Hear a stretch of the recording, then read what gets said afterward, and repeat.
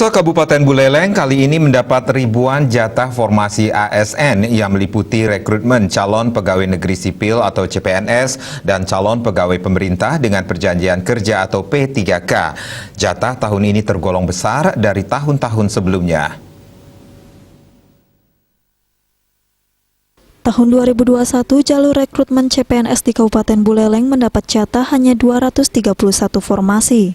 Sementara untuk jalur calon P3K disediakan sebanyak 2.552 formasi. Sekda Buleleng Gede Suyasa menjelaskan khusus jalur CPNS diperuntukkan bagi formasi tenaga teknis dan tenaga kesehatan. Sementara jalur calon P3K diperuntukkan bagi formasi tenaga pendidik. Suyasa menambahkan melimpahnya formasi yang tersedia ternyata memaksa pemerintah melakukan pengetatan anggaran. Pemerintah berencana mengajukan refocusing anggaran. SDM sudah bisa direntakkan dengan BKM dengan prevensi.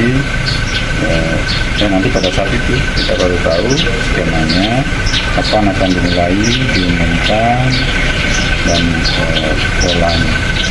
Jadi saat ini kita karena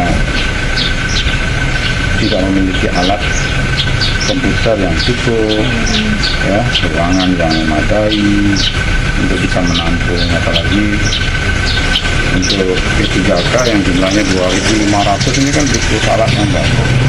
Itulah yang nanti dikoordinasikan dengan provinsi.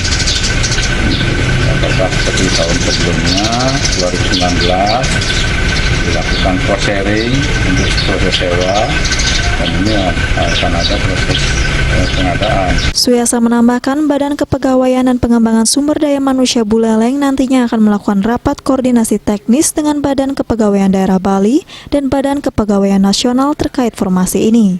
Komang Yuda, Bali TV.